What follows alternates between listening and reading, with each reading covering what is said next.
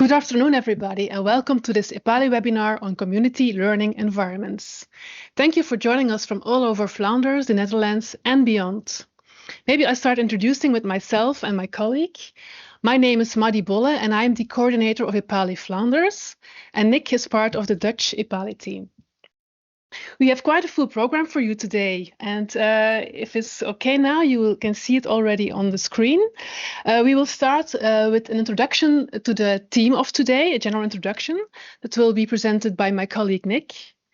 Then we are joined by three international outstanding keynotes, one from Belgium, one from Poland, and one from Latvia. And you can already see a glimpse of them here on the screen. But I'll introduce them later on when they start their own keynote. In about 1 hour from now, we will more or less wrap up the webinar. But first, before we get started, I will have a few practical notes for you. If it's right, you can see two buttons on the bottom of your screen. With one button, you can also have subtitles in Dutch, which are AI generated. Thus, there might here and there be a small strange word now and then. And the second button is a button if you want to ask questions to the keynotes, you can send in your question with that button. And our colleague Famke, who is at the back office, she will monitor them and send them to the studio. But you don't have to wait until the end of each presentation. You can send them in as soon as they pop up in your head. But after each keynote, we have room for the questions, and then we will present them to the keynotes. So I think we are ready to start now, and Nick will start with the general presentation. Thank you for the great introduction, Muddy.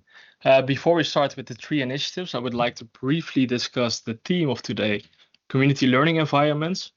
So I'll just briefly explain what we're also writing about in our upcoming magazine. And I want to start off. Learning, of course, for adults doesn't only apply and start off in formal settings. It also mostly happens or often happens in more informal settings. So not only classrooms or courses, but also community-driven environments, such as you can see right now on the slides, like libraries, musea, neighborhoods, and many, many more. And often, some of them could be organized in a more formal setting, such as courses or workshops, but often learning also happens informally, like over a cup of coffee, or for example, when you're working together on a new project, or just attending an event that really resonates with your own preferences. And I think one of the common denominators here is that learning often starts with participation, observation, conversation, and with each other. And on the next slide, I will briefly delve a little bit deeper on this social process. Because community learning, it is rooted in social learning theories. It's about learning with, from, and through each other.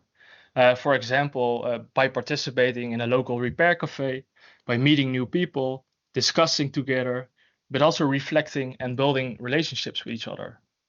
And I think trust is a really important factor here, because when people feel safe to ask or to share in a project or also criticize projects, it enables them to learn more and better from and with each other. So I think that's an important factor here today, and you will also see it probably in the three initiatives today. For adults, they're not only gaining knowledge, but they also bring knowledge to the table. So there's this sense of reciprocity. And in the next slide, I will briefly discuss this a bit better.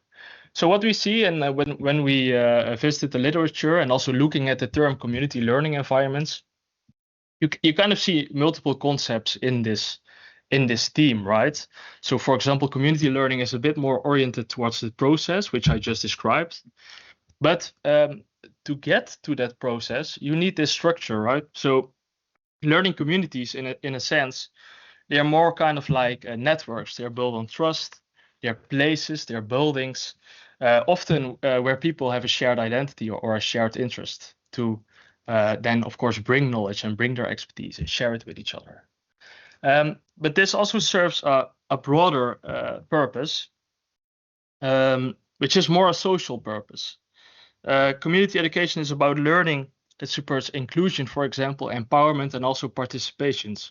So especially for adults that are harder to reach. They might have negative experiences with education or learning. A community learning environment could be a very interesting and low threshold place for them to actually develop themselves. And here on this slide, you can see that this also really resonates with what the European Union is aiming for, because as you can see in some of the figures presented here, by 2030, the EU aims that at least 60% of adults actually yearly attend training, whether it be formal or informal.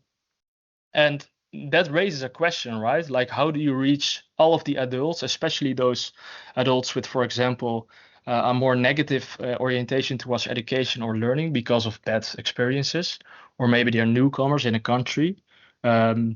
I think community learning environments could really bridge that gap in aiming this, getting to this objective. And I think that the text underneath really brings it all beautifully together. It's a low threshold, so it's learning appears more closely to daily lives, and it helps build the skills needed for the workforce later on in their lives. And I think that's a beautiful transition towards the practices of today. Yes. So now we proceed from the concept to the practice. We have these three beautiful examples from all over Europe, let's say, at least from Belgium, Poland, and Latvia. They are from three different areas, which is City Learning Ecosystem from Belgium, a third generation community in the University of Riga in Latvia, and Museum as a learning place for languages in Poland. So even though they are from different areas, they have one central principle, you can say, that learning becomes stronger when it is connected to people, places, and communities. And that is the lens of the webinar of today. So we'll start with our first keynote now, and that is Lisa van Haren. And Lisa is network coordinator in Leuven's learning ecosystem. And Lisa is showing us how local partners create learning spaces that truly connect with the everyday lives of adult learners. Thank you. Thank you also for that introduction. Good afternoon, everyone. Thank you also for allowing me the time and space to tell you something more about the Leuven learning ecosystem, where, as we say, everyone can make it, or in Dutch, as you can see on the slide, iedereen kan het maken. As Maddy introduced me, my name is Lisa van Haren, and I'm the network coordinator of the Leuven learning ecosystem, or as we call it, LES for short. So I will be using that term throughout the slides. Today, I would like to take you into our story, and it is really a story about learning beyond classrooms, about community, but also about making, and above all, about creating places where people can rediscover confidence, talent, and connection. So let's take a look at what it is actually about, and we will start with the next slide. So we try to capture what it is in one sentence, but I will dive into the various elements as well. But what is LES? The Leuven learning ecosystem is a strong network of maker spaces and informal learning settings where all citizens of Leuven have easy access to make, discover, and learn. Now, that is a whole sentence, so I'll take you through the various elements to further explain what this means for us. Yeah, you can go back to the previous slide, please. Just to the first slide, please, the one. Yeah, thank you. So why is a strong network needed? Actually, LES started from a very simple observation. Many of the challenges that we face today are actually too complex to solve individually. If we think about climate change, loneliness, school dropout, burnout, increasing inequality, or people who lose their place in education or in the labor market, traditional systems often struggle to respond to these realities. And that's why we believe that a strong local ecosystem matters, because ecosystems, they connect people, organizations, knowledge, and opportunities in ways that isolated institutions simply cannot. And so the next element that I would like to highlight on the next slide is that maker spaces and informal learning environments are such powerful alternatives to formal learning, because they create space for peer learning and learning by doing. People naturally learn from one another when they're actively making things, repairing, experimenting, and collaborating. And this makes this type of learning more accessible, more engaging, and often also far less intimidating than traditional educational settings. On the next slide, I will also explain that we aim to welcome all citizens of Leuven, and we take that very seriously. So we collaborate closely with schools and social organizations to reach people who are often excluded from traditional educational opportunities. So that includes, but it's not limited to, young people who are struggling in school or maybe not even attending school any longer, unemployed adults, newcomers, people with disabilities, and people who simply no longer feel at home in traditional educational systems. Now, how do we reach these target groups? I will dive into that on the next slide. Because in order to ensure that we are truly available to all, accessibility is essential. So it's not an afterthought, it's really central to the project. So we actively try to reduce barriers as much as possible. So for example, whenever we can, our activities are free or at a very limited fee. People don't need any prior experience to visit our labs to come and use our tools. We have volunteers that are available to help, but you can also come and use the lab to work on your own project, to use our tools and machines as your own. So that is our way to try and make the barrier to come to us as low as possible. And we also invest strongly in collaborating with schools, not only because schools are, of course, still important learning environments, but also because they naturally bring together a very diverse group of young people across socioeconomic backgrounds, cultures, genders, learning profiles, personal situations. So by working with schools, we can actually reach young people who might otherwise never enter a makerspace or an informal learning environment, and introduce them early on to alternative ways of learning, creating and discovering their talents. So why is that so essential? I will explain on the next slide that at the heart of LESS is the belief, as was also introduced by Nick, that learning does not only happen in schools. In fact, many people learn better or more when they feel like they're not being taught something. When they are repairing something, when they're cooking, experimenting with machines, printing posters, sewing clothes, and we have all of those activities, which I will explain to you in a moment. Because making things creates engagement, it creates curiosity, and it also creates room for failure, which is essential for learning, but at the moment sometimes is a little bit lacking in traditional educational systems, because failure can often feel a little bit dangerous. Yet in our spaces, failure is part of the process. You simply try again, you learn together, and you gradually, people regain confidence in themselves. And that is something that is truly lacking in more formal or traditional learning contexts, and maybe even sometimes in the workplace. Failure is not much allowed anymore. And that's why we opted to focus on makerspaces and informal learning contexts to foster such learning by doing, and as a result, also lifelong learning. I will now dive into the organizations that are actually part of our ecosystem. So it's a connection between 8 different organizations in the wider Leuven region. And I'll start with the first one. It's Atelier Circulé.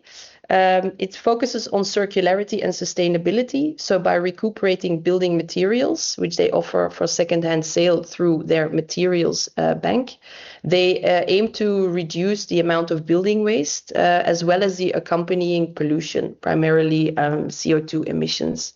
They also actively foster awareness about the origin and shelf life of building materials, and they provide bespoke sustainable building projects using almost exclusively reclaimed or eco-friendly materials. But they also have an open atelier, which is part of the Leuven learning ecosystem. And that is a thriving woodworking shop and a metal shop for DIY builders and small businesses. Next up, we have Campus Corso. It is what is called a third space, or a sticky space sometimes in the literature. It's not home, it's not school, it's not work, but it's kind of like a place in between where young people, students, entrepreneurs can meet in a very informal way. And this is, for example, notable in how Campus Corso supports VET students, so vocational education students, in running their own hair salon, but also a kitchen, the bar, and the event space. So instead of learning only theoretically, they learn in real life environments where responsibility and trust are central. Next up, we have the Drukkerij. It's a former printing business that now focuses on food and community, because food really connects people. So they organize cooking activities, neighborhood gatherings to fight also loneliness and social isolation. But one of the really nice examples that they're working on now is their Leuven City Menu project. So they bring together people from very different backgrounds, people who are new to Leuven, so you have from different countries, senior citizens, and young people who are temporarily excluded from school. And they bring them together to collaborate on creating dishes that represent the cultural diversity of the city of Leuven. So they're making very funky dishes with influences from all different cultures to represent our city. And last but not least, we have Maak Leerplek, which is where I am today. It's a makerspace which focuses on making, sharing, and repairing. And there are 5 labs, all located in Maak Leerplek, which are involved in the learning ecosystem. So I'll walk you through those as well. First up is a high-tech lab. It's what is typically called a fab lab. You can see it on the next slide.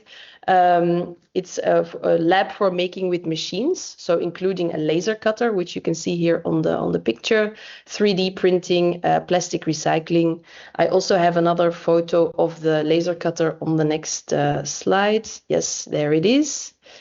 That's just a laser up close. Then next up, we have also a graphics lab, which offers a professional photo studio, a public darkroom, and also a wide range of printing techniques like silkscreen, lino, riso printing, printing press, and so on. We also have a textiles lab offering all textile techniques such as sewing by hand, sewing with a machine, knitting, crochet, and visible mending. We also have a tools library where citizens of Leuven share tools rather than owning them. And it's also connected to a public woodworking shop. And lastly, we have a repair hub for electronics, where small electronic appliances are repaired by skilled volunteers aimed at reducing electronic waste, offering a second lease of life to coffee machines, vacuum cleaners, record players, which would otherwise be thrown away. Now, I will briefly talk about what we do and how we do it. So across the ecosystem, we organize workshops, initiations, and trainings to familiarize people with the techniques we have to offer. So you can come to us, for example, to learn how to sew or to work with the printing press or any of the other techniques that I have just talked about in the previous slides. But equally important is volunteering. For some people, volunteering in one of the places that is part of our ecosystem is simply a way to contribute to their community.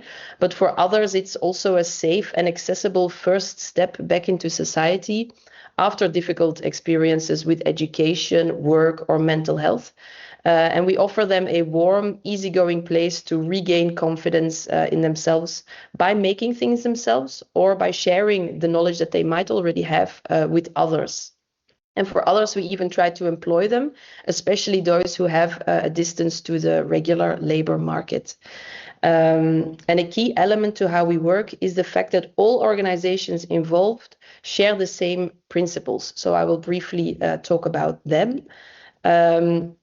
So although all organizations are different, we share several core principles.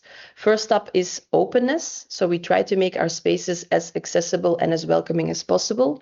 So for example, we have many of the labs have a free open lab night every Thursday where anyone can just walk in and come and use the machines, come and use the tools without having to pay or book in advance. Secondly, trust is also key. We believe that responsibility and trust should be given, not earned. And that may sound a little bit radical, but we really believe in how transformative trust can be, especially to people who have very little experience with trust in other contexts. So a new volunteer can immediately be given access to the space, to the tools, and also to certain responsibilities like hosting workshops themselves. And very often people really grow into that trust quite beautifully. And then third is progress. So we support people in taking steps forward at their own pace.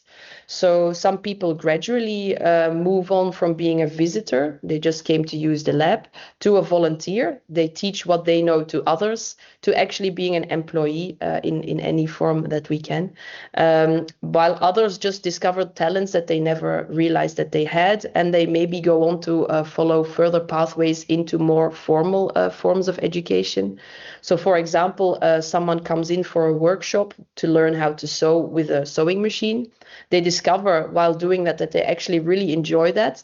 And then they take a further course to become a professional clothing repair person. That's an evolution that we have seen happening here. Now, you are perhaps thinking whether this actually works. So I would like to tell you on the next slide that honestly, it does work very much so. So today we have more than 200 volunteers who are actively involved in one or more of the spaces in our ecosystem.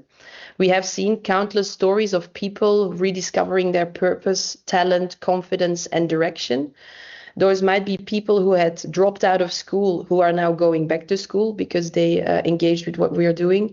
People who are recovering from burnout, who feel confident again to move back into the labor market. People who felt isolated, they find others. And people who are new to Leuven, they come here and they meet new people. So many of them not only found skills, which is at the core of what we do, but they also found community. And that is, of course, as I'm sure we all agree, probably the most important outcome of all. So with that, I would like to thank you to take the time to hear about what we're trying to do in Leuven, and I'm also happy to answer any questions that you may have at this point. Thank you. And what a beautiful outcome you mentioned just yet, and I think we can all agree indeed upon your outcome. There have indeed also been some questions coming in for you. One of them goes about, in the beginning you mentioned, and you also showed it on the last slide, like, yes, it works, right?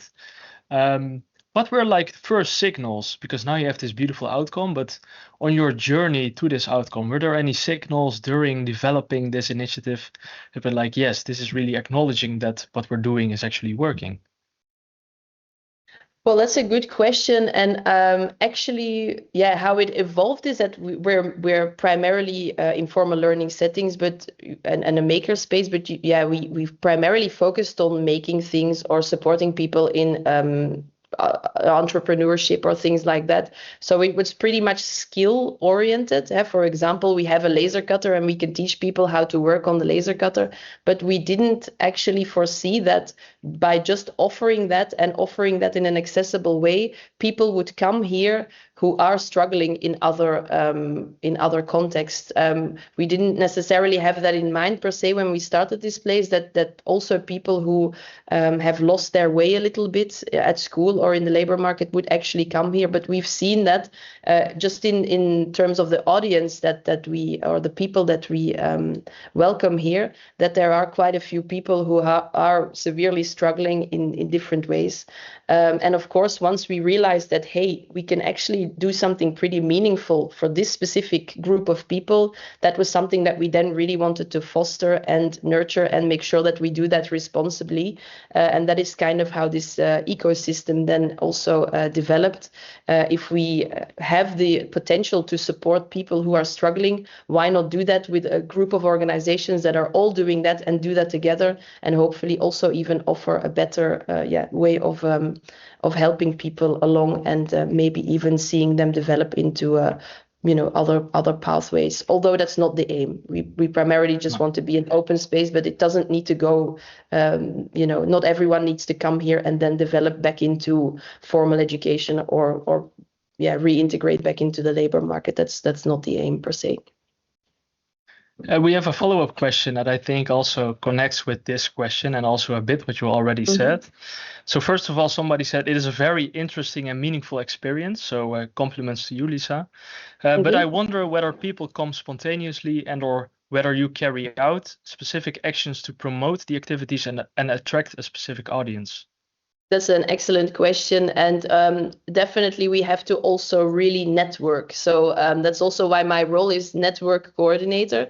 So simply having this space available and saying to everyone, please now come here, that doesn't really work.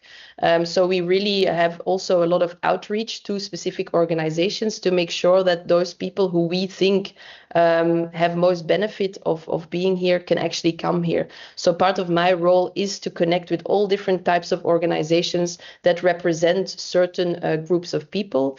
And that goes from schools to also organizations who work with people who are new to Leuven, or organizations that support people who have had burnout, depression, or even certain mental health issues.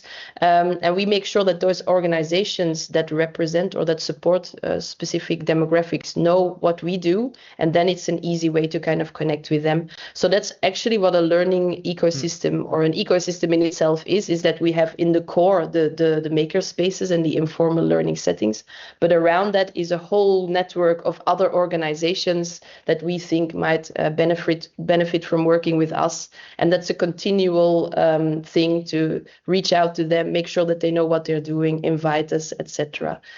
So that's a big part of my role here, actually. And what would you say is the biggest challenge for your initiative? Funding.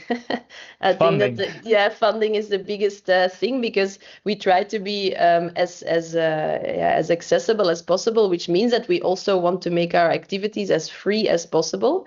But yeah, we cannot do that unless we have other streams of income, so that we don't need to charge people to come and use our facilities. So we need to kind of fund that from other sources. So within our ecosystem, we have many different forms of funding, subsidies, grants, things like that, to make sure that this place can exist. But if you cut away the funding, we would simply not be able to exist. So it's a continual search for funding and things like that. So we're very happy that we now have a 3-year grant from the European Union, I think, or the European Commission, that focuses on such ecosystems, that gives us a little bit of breathing space. But after the 3 years, we again have to start looking for other funds. Thank you so much for answering the questions, Lisa. And I think right now then it's time to move on to our next bit. Yes, thank you, Lisa. And from Belgium, we go to Latvia, and more specifically to Riga. And there is Dr. Iveta Cirula. And Dr. Iveta Cirula is professor at the University of Riga, Technical University, and also EPALE coordinator for the region of Riga. And she will introduce the idea of third-generation universities and share examples from Latvia that focus on senior education and intergenerational learning. She will also explain how inclusive learning spaces for older adults can be created through local cooperation and flexible ways to get involved. Welcome, Iveta. Yes. Can you hear us? Thank you a lot. Can you hear me well? I hope so. Yes. Yeah. So thank you a lot. Greetings from green and creative Latvia. And I'm super happy to be here. And many thanks to Dutch EPALE team and also Flanders team for giving me this opportunity to present Latvia case. So as mentioned previously, I am in education for quite many years. And in 2016, in 2013, actually, I established also NGO ProjectNet. We focus on adult education.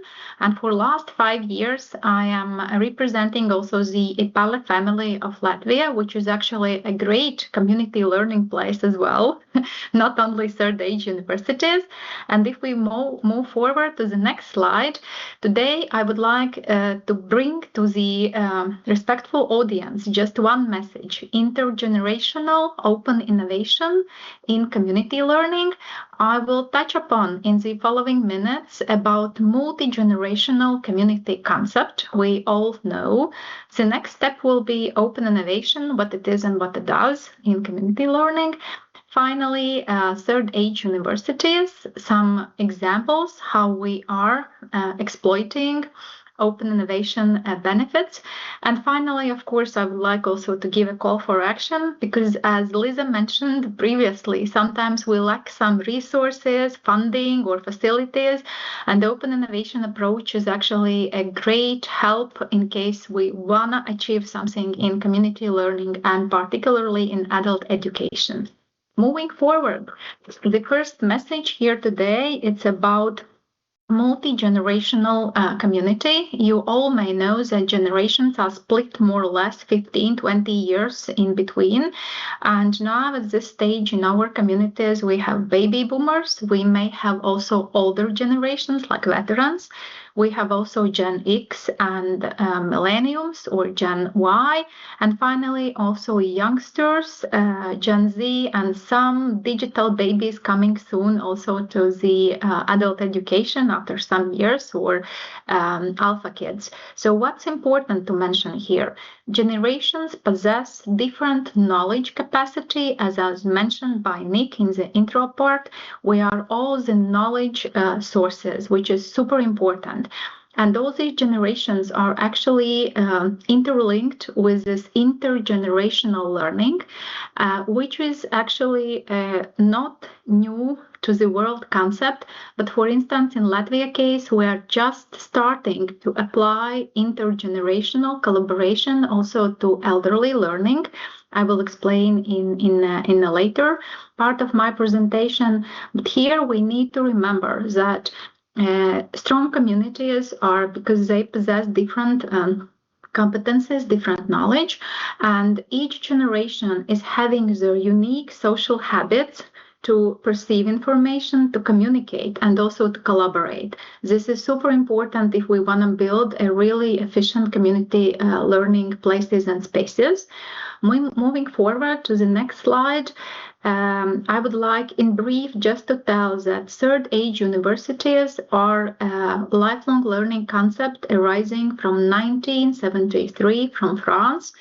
In Latvia, we have this concept in real life working just for less than 10 years, since 2015, and usually at third age universities, also sometimes named as senior universities or senior schools, we have important players. We need adult learners or elderly, we need also adult educators, and we need also the management, managing the learning process for elderly. And of course, important help are also local communities, universities, partners that are external ones that could provide actually the resources for elderly to make a dream of coming to senior school possible. And in this model of third age universities, it's important to understand that resources are limited, as mentioned previously, and we need to look for open innovation concept. If we move forward to the next slide, and open innovation is a concept coming from 2006-2010. It was coined by Henry William Chesbrough back already 20 years back. The initial idea is about knowledge exchange and also about co-creation and collaboration. And now this concept is actually speaking about exploiting resources and reaching out to partners and stakeholders, helping us to make our educational and not only educational activities to become real. And we need to remember that we may reach out to volunteers mentioned by Lisa. Yeah, and I was super inspired by a Belgium case. We may reach out to local municipalities to get maybe symbolic but still a funding. We may reach out to companies providing us some materials for elderly to work in the classes. So different type of external stakeholders based on open innovation concept is available, but not always we are aware that we can go ask, approach, and actually create open innovation based third age university model. And moving to the next slide, this is just a small example what we do here in Latvia. The learning venue or the learning place for free. It's possible and it's available. And we are looking for libraries. We speak with local municipality, usually is the library managers. We speak also with the youth centers, with public companies, with private companies, and we are looking at the culture houses as the real places when we can go with our elderly, hold the class, and actually use this external resource without any payment. It's already a starting point for even 5-student group we would like to initiate across Latvia. So moving to the next, we will see here some examples. So this is example by Ikšķile Senior School, and they are super good at using external places and spaces. So this is the library. And as we noticed, our elderly learners, they are very happy to visit library, to change the atmosphere, the energy, and also to meet the people saying, hey, we're having a class here. If we move to the next slide, here is the same senior school from a small city nearby Riga, Ikšķile. Here at the youth center, we are having creative class and fun. And community learning is not only about different places. It's also about the form of engagement. When we do this peer-to-peer learning, sometimes our students are becoming also teachers. They teach skills or competencies, or they share the knowledge. And in this way, we also engage our elderly, being as teachers, as educators, and organizing the classes with super limited resources. Moving to the next slide, this is the image from a city, Jēkabpils. It's already a little bit far away from Riga, but it's not so far as we may imagine on the Europe scale. Yeah. So here is the community house, and the community house, it's also dedicated to different learning activities. And in this community house, there is also a group, as you can see on this slide, doing the art class, and also on the next slide, doing some music classes as well. And finally, if we move forward, here on this image, we can see in Latvia very popular journalist. She is now at the third age herself, but she applied as a volunteer to share the knowledge and to teach elderly critical thinking and media literacy. So this is one, again, of the concepts when we invite well-known people in society. So by this way, also paying attention that elderly education is important. If we move forward, I would like to share also this intergenerational aspect. This was a project Dial back in 2017-2019. And NGO I represent, we coordinated this project in between Portugal, Cyprus, Turkey, and Latvia. And in this project, we invited youngsters to teach elderly digital skills. And this was one of the first examples in Latvia when school children and youngsters were helping in the framework of the project as the digital mentors. And by this way, we also tried to boost a little bit of this intergenerational learning. And finally, on this slide, you may see the project family from the just fresh started project Erasmus Plus Senior Vigor team from Spain, Greece, Poland, Latvia, and Cyprus. And here we met in Riga in so named EU house, again, the venue we can use for our activities. And we planned, with the help of this project, a nice educational materials and online platform for elderly learners in all 5 languages. but the most important, we will focus on local community learning opportunities by meeting volunteers, working with elderly, social workers working with elderly, and care providers working with elderly, meeting them because of health issues, but at the same time also providing them through these visits some educational support and socializing opportunities through the education. And finally, what I would like to tell is the call for the action. First of all, to remember that we are living in multi-generational community. Each generation is having knowledge, competencies, and also collaboration preferences we need to take into account if we organize this intergenerational learning in community. Finally, open innovation is a really good approach.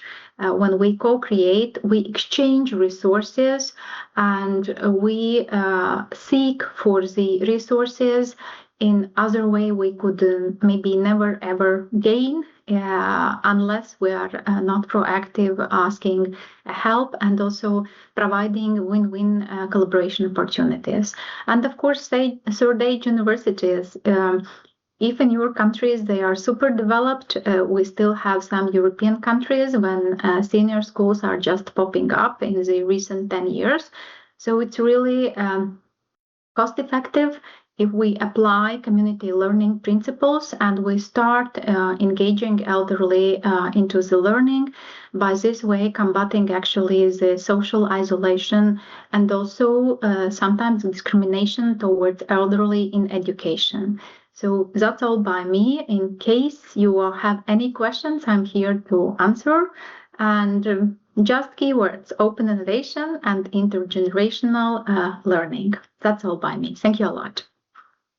Thank you, Iveta, for sharing your inspirational initiative. There are some questions that came in for you. One is actually about addressing possible barriers between, of course, these generations. Are there any of those barriers, and how do you address those barriers, for example, such as differences in language? I think you already mentioned differences in digital skills. Do you have any concrete other examples? Yes, here I have a clear answer. Unfortunately, discrimination number one, I would say, in the world is by age. And it goes both directions, not only when youngsters sometimes say, those elderly people, they are not so digitally savvy. And it could happen also vice versa when elderly are seeing some, let's say, some barriers to collaborate with youngsters, right? So in this way, first of all, we need to remember that not everyone is ready, steady, go for intergenerational learning solutions. People should be open. As already mentioned by Lisa in her presentation, they need to accept also collaboration rules. And regarding digital aspect, that's the reason why we understood here in Latvia that youngsters can come as digital mentors, but they need to have the patience. And elderly could share the competencies, knowledge, and skills that young people are lacking. For instance, cooking. I love the idea about food classes and common cooking classes. We are already progressing into this as well, but actually the place of intergenerational cooking is really a good and nice idea, and it's already happening in our country as well. Yeah, so be open, understand the differences, and in case I don't have any competence, we need to remember I have some super competence. I can teach the rest of the learners or exchange my knowledge. Great. And do you think that the theme of intergenerational learning becomes more important in Europe because we have an aging population, of course, EU-wide? So I imagine there can be some urgency to look more towards these kind of initiatives. Yeah, that's true. It's becoming very popular because of aging, of course, of aging of society. And also we need to remember that it's not only aging, but it's also the lifespan of our life is becoming longer and longer. And sooner or later, we all will be one day older, as said by my mentors in Portugal from Rutish or Third Age University Network. Congrats to you. Every day you are one day older. Yeah, when youngsters are saying something,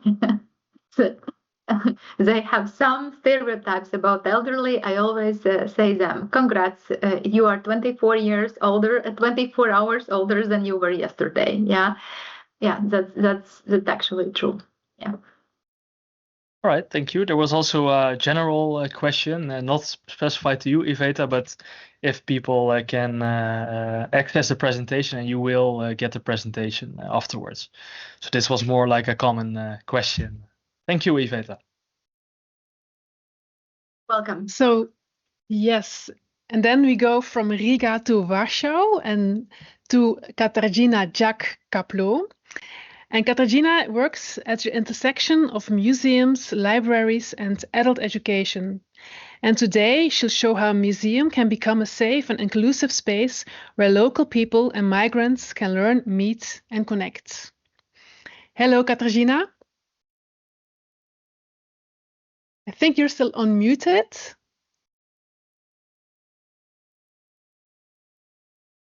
Yes, of course. And now you can hear you. We can hear me. Okay. Yes. So, okay. Hello from Warsaw. Thank you for giving me this opportunity to present our Museum of Warsaw project. Hello, everybody, and hello, IPALE Poland, because I know they are with us and they keep their finger crossed. And secondly, I have to recognize a contribution of our co-host Nick to the title of my presentation, because around about 2 or 3 weeks ago, we were discussing about my projects, and then he found out this brilliant word, microcosm, to describe perfectly the links between learners, educators, employees of a museum, and the institution itself. So I had to use it in my presentation. I told him, Nick, I will steal it, and I did it. So this connection creates a special learning environment I will talk about today. So in this presentation, we will very often concentrate on the verb linking people, places, cultures, ideas, and values. I would like to ask you to look carefully to the photo of my museum, because we will need it in the next slide to remember about it. Thank you. You know, we work in a museum, so we are a little bit rebel, so my presentation will be a bit upside down. And instead of talking about constructing community by museum, I will start with constructing or reconstructed museum by the community, and literally. Because before the war, in the place where museum is today, it's in the heart of the old town in Warsaw. There were but flats of people living in Warsaw. So today we are in a building where the spirit of people living there before the war is still exists. For example, we can see a stove, some fireplaces. So we know that our building was built by Warsaw people. And secondly, Museum of Warsaw and the whole old town during the war was destroyed in 91%. So after war, Polish people, Warsaw people were reconstructing this museum from the beginning. So still we have to be grateful them for doing that. And this brings us to another slide. Because today, Museum of Warsaw, it's 11 buildings in the old town, but also the Warsaw is linked through 9 other branches of the museum all around the city and outside of the city. And there are, for example, a Museum of Pharmacy, a Museum of Printing, and also district museum like a Museum of Praga district or Wola district. So as you can see in this place we have a lot of different subjects, a lot of different stories. Only in our core exhibition in the Old Town, we have 22 thematical rooms with 8,000 objects. I will not talk to you all of the time about museum, but I just wanted to tell you a few words about the environment and the conditions we work. When I started to work in a museum, I was already a Polish language and Czech language teacher for foreigners. And when I entered the museum and I saw our core exhibition, I said, oh my God, in a classroom, I have to make copies, I have to print the photos, and everywhere is here in a museum, and it's a real thing. We can almost touch it. Don't touch it in a museum, that's for sure. So I had an idea to start the language program for teaching Polish language for foreigners directly in our museum. And can we move to the next slide? And this slide presents a photo of one of our activities. We started our activities in 2017, and there were language lessons, language games in a museum. We had language tours in our exhibitions and our branches, and it was a part of, for example, a university language classes or language school and foundation for migrants classes. And to each program, we prepared a textbook, so everybody for free can use these materials. And at the beginning, for the first 5 years, other museums in Poland said, why you are doing that?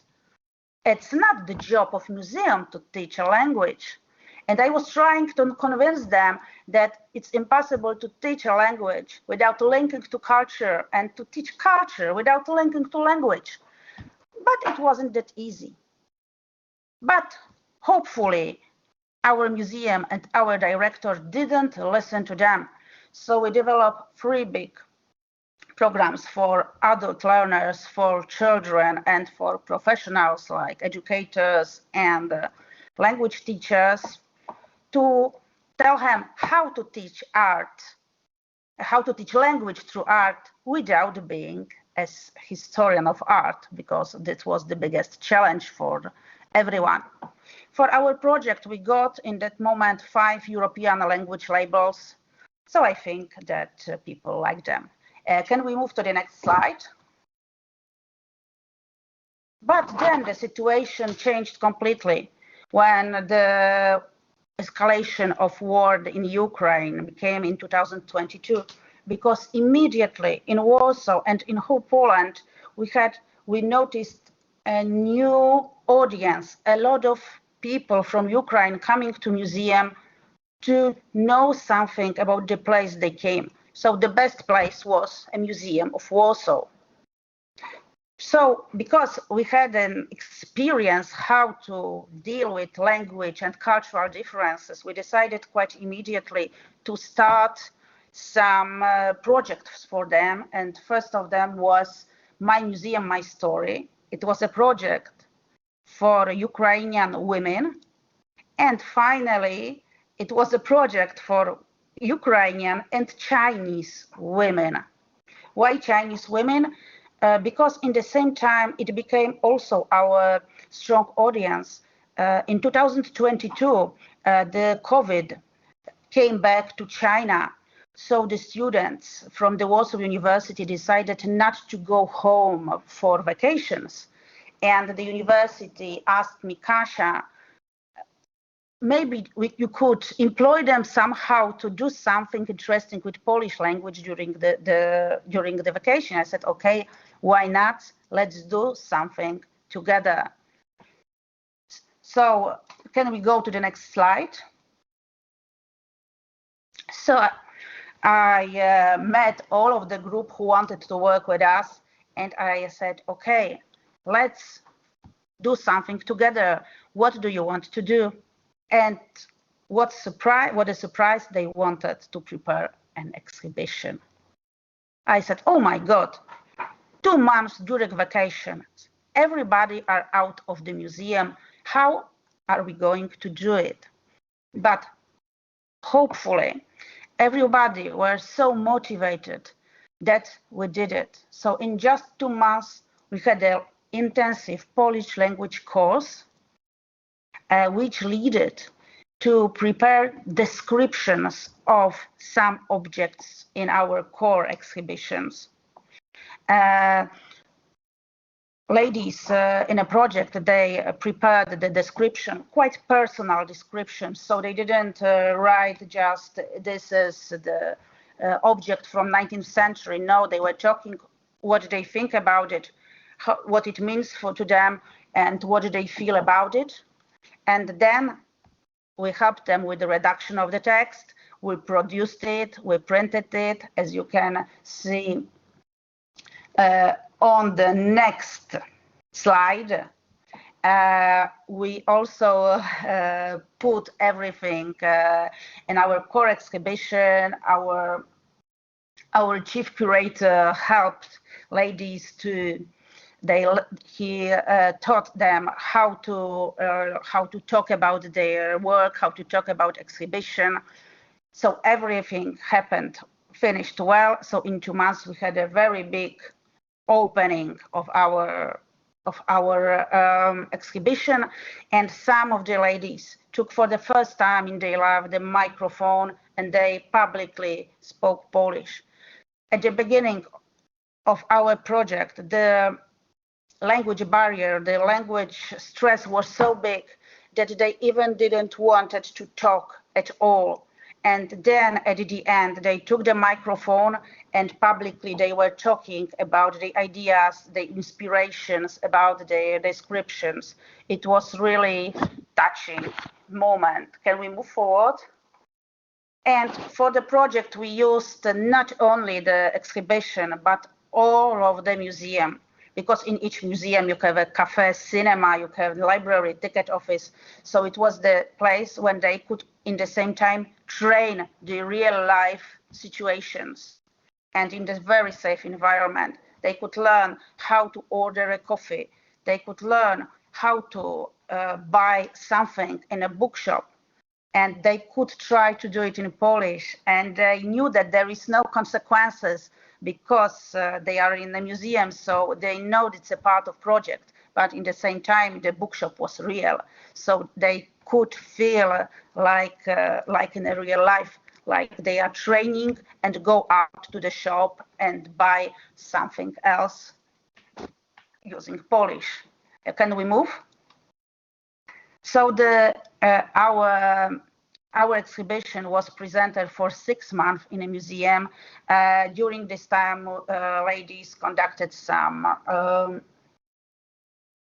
Polish and Ukrainian museum visits. They prepared some sightseeing tours. One of the ladies who prepared beautiful tour about Ukrainian and Polish Warsaw-Kiev relations. She became our educator for a couple of years. She was our co-worker. One of them is still today is our volunteer. And to tell the truth, this project created a really strong community. And in the next slide, we can see that there is a Facebook group called Cultural Club, where at the beginning we posted some information about interesting events, cultural events in Warsaw, in other museums, in some cultural places. And since 2022, today I don't animate it. For last couple of years, they do it themselves. They post interesting things there, and they go together to see it. And each year they come back for other projects. And for example, yesterday I came back from the group mobility to Romania, and 5 of them were there with me. So it builds this kind of cooperation in the right moment, in the very important moment for learners. It gives you a real strong connection. Can we move the slide?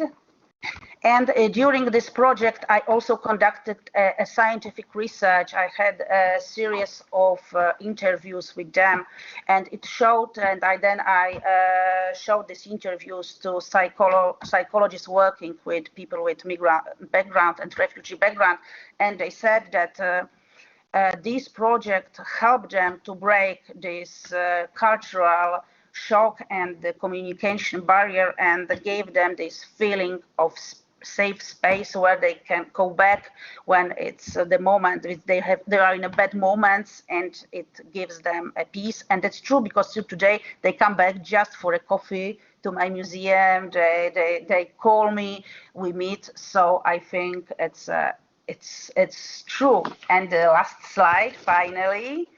So I can say the Museum of Warsaw is the real microcosm of relation of different languages, culture between learners and educators, learners and the public. So everyone, I think, is connected, but also it's a really safe place where learners can be confident and then can try things they are afraid to try in a real life, and they can go out from their safe zone. And I think this is the most important thing which we achieved in our projects. Thank you very much. Thank you very much for your inspiring story. And I think microcosm is a perfect word for this specific example that you chose. There are some questions from the comments from the guests that are watching. One of them wants to know a little bit more about how do you create safety. You mentioned safety, it's an important factor, but do you have any concrete examples or tips, like how do you create enough safety for these participants or newcomers? Okay. And I think that generally museum, it's a place where creating this safety is quite easy, because when they were talking, they leave their problems outside of the door and they enter to the world of creation, of art, to completely different moments and feelings. They can talk freely about their feelings, so it gives them the safety. And I think also that we were there for them when, for example, they needed something. That, for example, they had problems with hiring an apartment in Warsaw. We were trying to give them some advices. They could, when they didn't know how to deal with our public transportation, we prepared for them the presentation about what tickets work for what. And also, I think that the important factor was that in my life, I had this migrant experience, which created a cultural shock. So I could freely talk to them that I had similar experiences, maybe not that dramatical ones, but they felt they felt understood in a museum. I think this is the most important, to feel understood.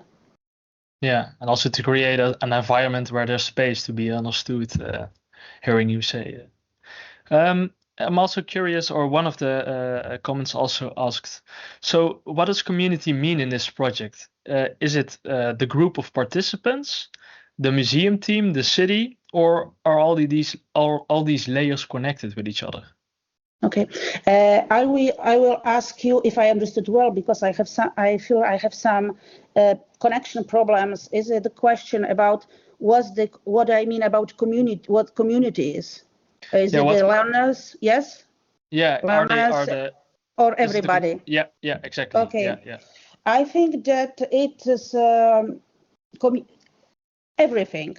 Because I see that I saw, and it was even in my research, I saw it in interviews that, for example, a Chinese girl said, "Oh my God, thanks to these meetings, I could talk to an Ukrainian woman. I think I would never ever do it because we don't meet in the same place We don't meet in the street. So it was very interesting for me to be with them, to learn from their experience. And my experience is completely different. And now I thought it is hard in Warsaw to be a student in Warsaw. I felt alone. But when I heard their story, I understood they are a very happy one. And also for Ukrainian ladies, it was very interesting to work with her. Because what was quite funny, she was an expert for them in a grammar because she was studying Polish at the university. So she was for the first time a specialist in Polish language. So the ladies could learn from her. So it created strong connections, but also a very strong connection between us as educators and volunteers and the ladies, because we were laughing together. Sometimes we were crying together. We were going 3 times already for group mobility. So we were sleeping together, eating together. And also it's important for institution, for a museum, because these kind of relations are creating a community which comes back. They are 4 years here, and truly they come back. They are interested in what happens in our life as people and also as institution. Beautiful, thank you. And I also saw that there were a lot of awards, so I can imagine you're very proud of this project. What is the most proud thing that of the thing that you're most proud of this initiative? I am very proud of course, of many things, because it was a wonderful experience. But the most important, maybe I'm not proud of it, but the most important thing for me was that they thought that I am helping them, that museum is helping them, but in the same time, my father had a cancer, and every day in the evening I was going to the hospital. And to tell the truth, they were helping me, because I could, during the day, I could concentrate on something different, on something what can help other people. And I think this also, this help going from one to another was really, really important. It also showed me how important it could be for them. Thank you. Thank you. Looking at the time, there are also some questions that came in late for Lisa and Iveta. So I'm not sure if we can handle one more question for you as well. Lisa, for you, I have one question that came in a little bit late. Can people who don't speak Dutch yet join in, or how do you handle this? Yes, absolutely. And that's, well, I don't know if you all are aware of Leuven, but it's very much a university town, but also a town with a great diversity of new people coming here. And we are very happy to welcome anyone. If they don't speak the language, we learn it together. And we also try, because we work a lot with our hands and do things in a practical way, we also try to go a little bit beyond language. And sometimes you don't really need very many words in order to make something together. And depending on the different labs, they attract a slightly bigger group of people who don't speak the language. For example, working with textiles is very international. They have their own methods they have cards on the walls with certain key phrases or certain key elements translated, just to make things a little bit easier. But sure, everyone is welcome, and yeah, we go along with it. You know, if we don't understand each other, we keep trying until we do. So that's definitely a part of what we do as well. So you will make it work in that exactly. In a way. Yeah. Good one. And for Iveta, we had one more question from someone who was interested. What kind of subjects are taught, and how many people are participating, and also how is it financed? So about third age universities, or as we say, senior schools in Latvia. So basically, there are 4 thematic areas, languages. And in this case, by languages, we understand English, basics of German, Portuguese, and also at this stage, no more languages. Okay, the second building block is about personal development, like psychology, understanding ourselves. Really interested.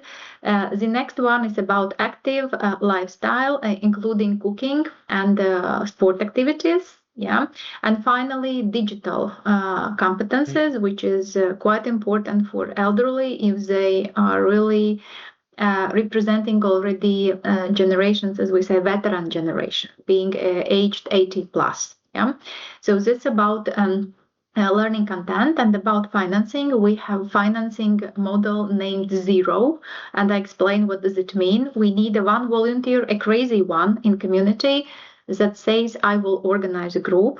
We need at least 5 elderly to start a group, even in a local cafe. We need a place where to go. So a place is not a problem in Latvia. We have libraries, youth centers, culture houses, NGO houses. It's for free. We don't pay.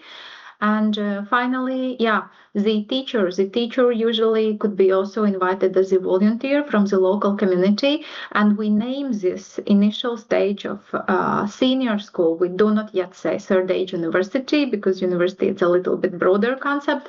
But senior schools are starting exactly this way, with almost zero budget. And now it's already accelerating. In Latvia Hayes, we have the first ever in the history of Latvia 1 million euro funding to promote third age universities. And in this case, there will be standard also about adult educators. Okay, who may be, and also about content of education. But so far, if you have no funding, this is not problem at all. Contact me, and we will just teach Latvian experience. We did it, and finally, we also achieved a public funding. And if we compare, for instance, I now quite good the local situation in Poland, when this is a super movement and really like third age universities with faculties, etc. It's a large concept, for instance, in Poland case. So we are still at the beginning of this road, but we are moving. And we combine all the concepts we have seen so far across the Europe, and also, for instance, Portugal is a great inspiration for us. And local communities are super important to launch a senior school. It's a super important. Yeah. So if anybody is having any questions, they can contact me, and we are masters of launching educational initiatives with zero budget. Thank you so much for answering all the questions to all of you, and for your beautiful initiatives. I think we can then move on to the wrap-up section. We're already at the end of the presentation. Yes, we're approaching the end of this webinar, and I'd like to take a moment to reflect on what we've covered this afternoon. The takeaway messages of our keynotes. From Lisa, we learned that by sharing space, infrastructure, and knowledge, our ecosystem offers a powerful, informal learning setting for those who find it difficult to function in more traditional learning environments or in the regular labor market. Iveta's message is intergenerational open innovation approach is important for community learning. From free of charge learning venues like libraries, youth centers, culture houses, to volunteer teachers, youngsters, and elderly. Communities are rich in resources. We just need to be more proactive and seek solutions. And Katarzyna learned us that the museum can serve as a microcosmos to create a shared learning space where learners, staff, and audiences continuously influence one another. So, Nick, I think that's a very nice sketch of the day, we can say. I agree, yes. Especially thanks to our 3 ladies for their valuable contributions. Katarzyna, Iveta, and Lisa, thank you very much. Also, Nick, for co-hosting. And you as well. Thank you, yeah. And of course, to everybody who was listening to us today. If you would like to rewatch it again, we will send, of course, a link with the recording of today. And also, there will be an Ipala magazine later this month with more examples from all of Europe about these initiatives. So normally there is one more last button appearing in your screen, I was told, and that button directs to a small survey. That would be nice for you if you could fill that in. Let us know what you thought about this webinar. And then I just would like to say thank you for joining us and enjoy the rest of your day.